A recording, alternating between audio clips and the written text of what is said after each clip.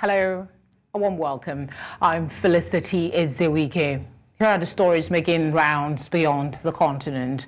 We'll begin with updates on the U.S. election. Vice President Kamala Harris has been riding high on a wave of favorable polls and energetic rallies since she became the Democratic Party's nominee for president. But beyond the good vibes, where does she stand on the issues that matter to Americans?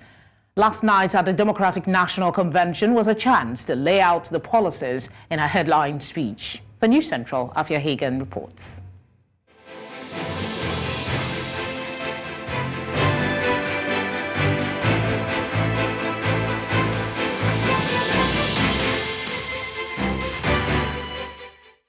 Vice President Kamala Harris capped one of the most extraordinary months in modern political history on Thursday night with a speech that rallied Democrats around themes of patriotism and cast Donald Trump as the enemy of classic American principles. With the cadence of a courtroom prosecutor, Harris delivered on the promise many Democrats saw in her when she launched her first presidential campaign 5 years ago and when Joe Biden chose her as his running mate in 2020. Our nation with this election has a precious, fleeting opportunity to move past the bitterness, cynicism, and divisive battles of the past, a chance to chart a new way forward. Not as members of any one party or faction, but as Americans. Harris also delved deeper into her own policy positions, particularly on foreign policy. She said she'd be a president who is realistic, practical and has common sense, a clear rebuttal to former President Donald Trump's effort to brand her as too liberal. I will be a president who unites us around our highest aspirations, a president who leads and listens, who is realistic, practical, and has common sense, and always fights for the American people. Before Harris gave her 40-minute speech, we heard from her family, with her goddaughter, niece and stepdaughter taking to the stage to lend their support. Her great-nieces, aided by US actor Kerry Washington, taught the crowd how to properly say Kamala Harris's name. Everybody over here, say Kama! Everybody over here, say La! Together!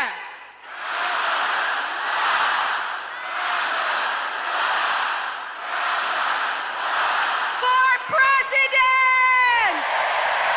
Reverend Al Sharpton, with 4 of the exonerated 5, formerly known as the Central Park 5, endorsed Harris for president.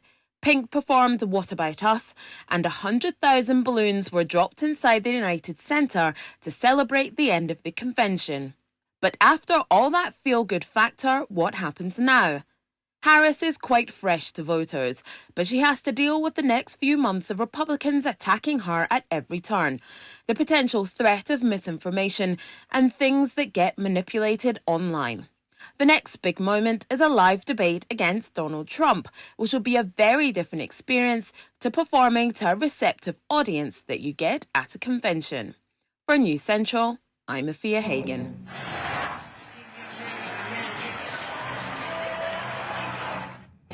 Joining us to look at this development is foreign policy expert Bolu Michael-Biyi.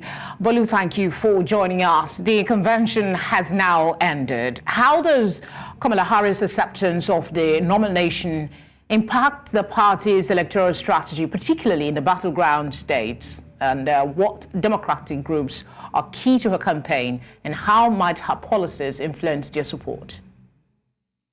Well, to be very fair, Kamala Harris' emergence has added a little bit of energy to the Democratic Party campaign for presidency.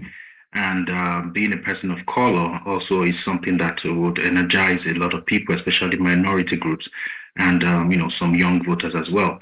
And that has been the focus of Kamala Harris' campaign. And I think the people that would broker the election for her, should her plan succeed or go well, are the women, minority population, and also the young voters. We've seen Kamala Harris now on TikTok, trying to appeal to young voters. And I think these demographic people are the people that have policies on healthcare, for example, and let's say climate change and social justice. Some of our policies will resonate with this group of people. How does her policy platform, as outlined during her acceptance speech, compare to the key issues emphasized by the Democratic Party in previous elections? Are there any significant shifts or continuities in her policy proposals?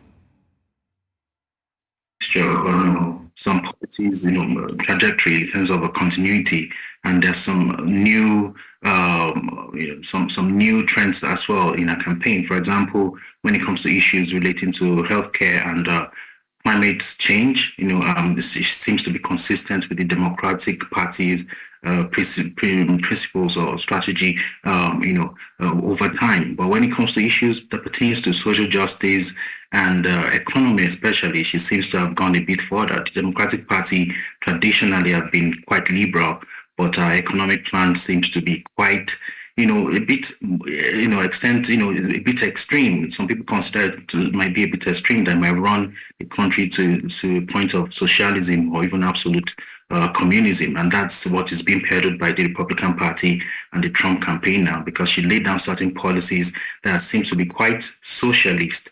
And, and she needed to now, she didn't really state exactly how she intends to bring these social economic policies to bear.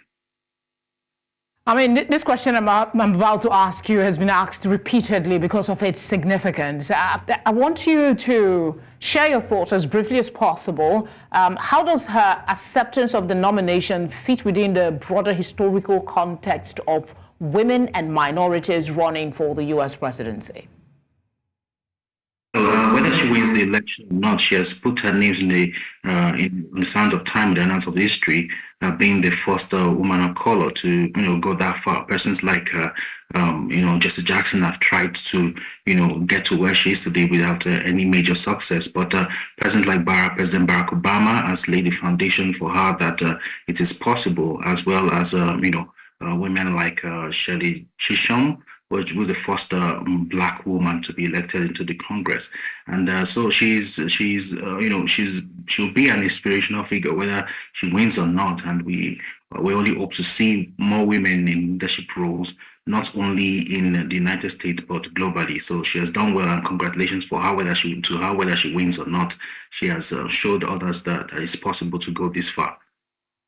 Hugo, just before we came on for Beyond the Continent, we had a live of the presser by Robert Kennedy Jr. What are your thoughts on his proposed nomination of Donald Trump for presidency?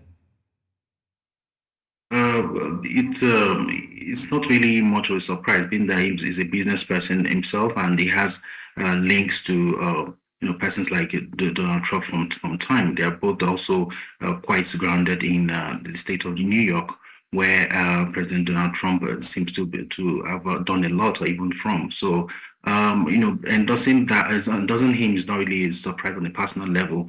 However, a Democrat in endorsing a Republican candidate may hit the Harris camp negatively, because some may begin to contemplate the reason why a Democrat is supporting a Republican. It's not something that is very common, but it does happen.